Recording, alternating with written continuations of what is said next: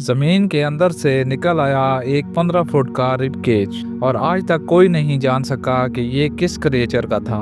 दुनिया की कुछ जगहें ऐसी हैं जहां जाना भी खतरनाक होता है और अगर वहां कुछ मिल जाए तो वो पूरी साइंस को हिला देता है।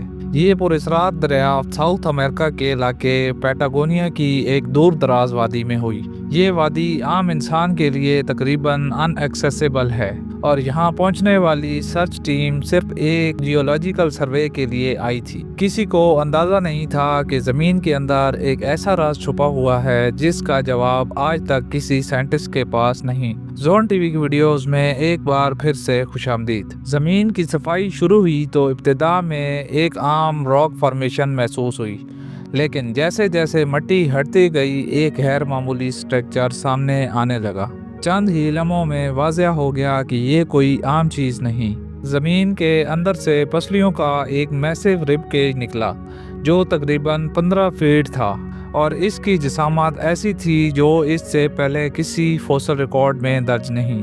ये ढांचा ज़मीन में इस तरह धंसा हुआ था जैसे कोई चीज़ बहुत ज़्यादा ऊंचाई से नीचे गिरी हो और ज़मीन में धंस कर यही फॉसिल बन गई हो। ये इतना बड़ा और भारी था कि ज़मीन पर इस जैसा फॉसिल पहले कभी दरियाफ्त नहीं हुआ। इस मंजर को देखकर खुद माहिरीन भी खामोश रह गए। हर रिब ट्री ट्रंक जितनी मोटी थी और इसकी शेप किसी भी नाउन एनिमल से मैच नहीं करती। ये रिब वक्त के साथ साथ ज़मीन और चट्टानों का हिस्सा बन चुकी थी, जैसे कुदरत ने खुद इसे छुपा दिया हो। स्ट्रक्चर की फॉसिलाइजेशन की बनावट आम अमल से भी मुख्तलिफ दिखाई देती है। इस दरियाफ्त के बाद दुनिया भर के साइंटिस्ट ने इस स्ट्रक्चर का जायजा लिया, मगर हैरान कुन बात ये थी कि आज तक कोई भी इसकी नाउन स्पीसीज से जोड़ने में कामयाब नहीं हो सका। ना ये डायनासोर फॉसिल से मिलता है, ना किसी समुद्री मखलूक से, और ना ही इंसानी एनाटॉमी से इसका कोई ताल्लुक बनता है। सबसे बड़ा सवाल ये नहीं कि ये स्ट्रक्चर कितना पुराना है,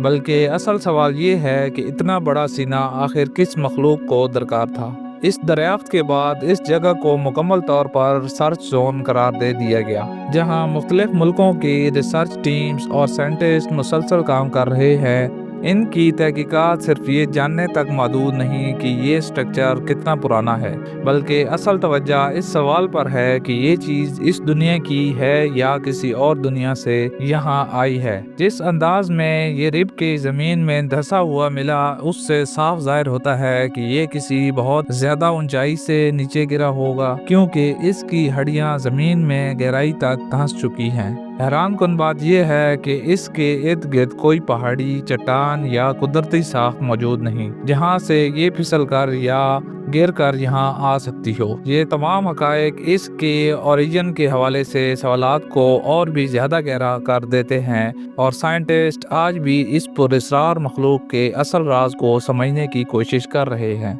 कि ये किसी अननोन प्री हिस्टोरिक स्ट्रक्चर का हिस्सा हो सकता है जिसके बाकी आसार अब तक नहीं मिल सके।